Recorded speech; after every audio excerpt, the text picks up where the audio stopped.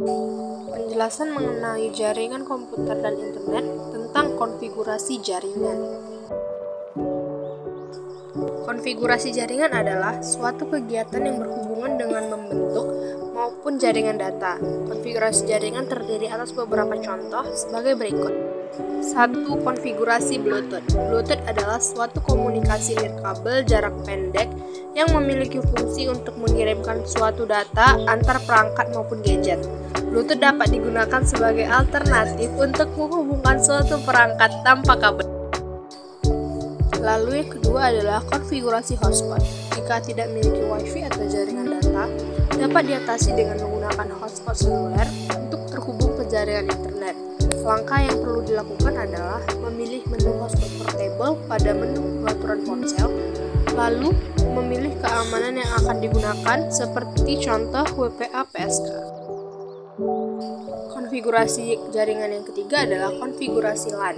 Konfigurasi jaringan ini hanya dapat dijumpai ketika sistem mendeteksi kartu jaringan pada komputer. Beberapa jaringan yang memiliki layanan DHCP atau singkatan dari Dynamic Host Configuration Protocol akan mendukung sistem yang tersambung dengan data konfigurasi secara otomatis. Langkah-langkah yang dilakukan untuk konfigurasi jaringan LAN pada Windows dijabarkan sebagai berikut. Langkah pertama yang dilakukan untuk konfigurasi jaringan LAN pada Windows adalah klik kanan pada ikon jaringan yang terletak pada taskbar bawah, kemudian pilih menu Open Network dan Sharing Center. Dapat pada gambar berikut. Langkah kedua akan muncul tampilan seperti pada gambar berikut ini, kemudian klik kanan dan pilih Properties. Langkah ketiga, geser atau scroll ke bawah, carilah tulisan Internet Protocol version 4, kemudian klik dua kali atau double, seperti pada gambar berikut. Pada langkah keempat, lakukan setting IP address terlebih dahulu pada komputer A. Langkah kelima, lakukan penyetingan IP address pada komputer 8 ke komputer A.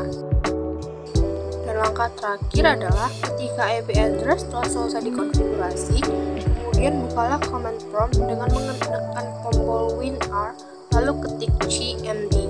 Lakukan ping atau pemeriksaan jaringan pada komputer B ke komputer A untuk mengetahui kedua komputer sudah terkoneksi atau gagal terkoneksi.